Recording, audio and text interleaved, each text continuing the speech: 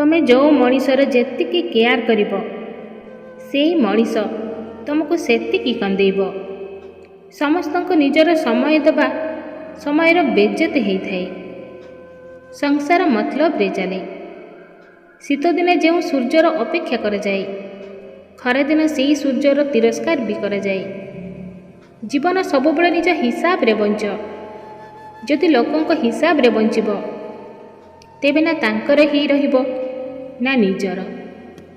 ସମ୍ପର୍କରେ ଯଦି ଥରେ ଭରସା ଭାଙ୍ଗେ ତେବେ ସମ୍ପର୍କ ତ ରହେ, ହେଲେ ସେ ସମ୍ପର୍କ ନଥାଏ।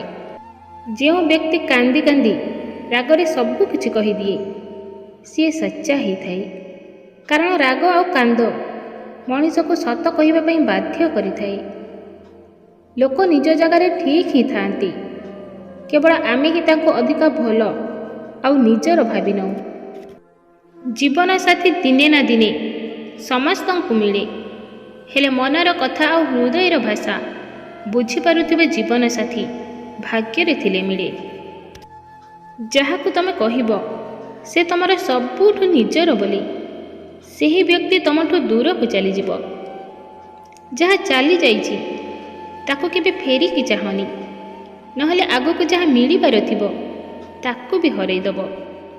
ଜଣେ ମଣିଷ ଗୋଟିଏ ଶିକ୍ଷା ଯଦି ତୁମକୁ 2 ଥର ଦିଏ ତେବେ ଭୁଲ ତାର ନୁହଁ, ତମର ଭୁଲ।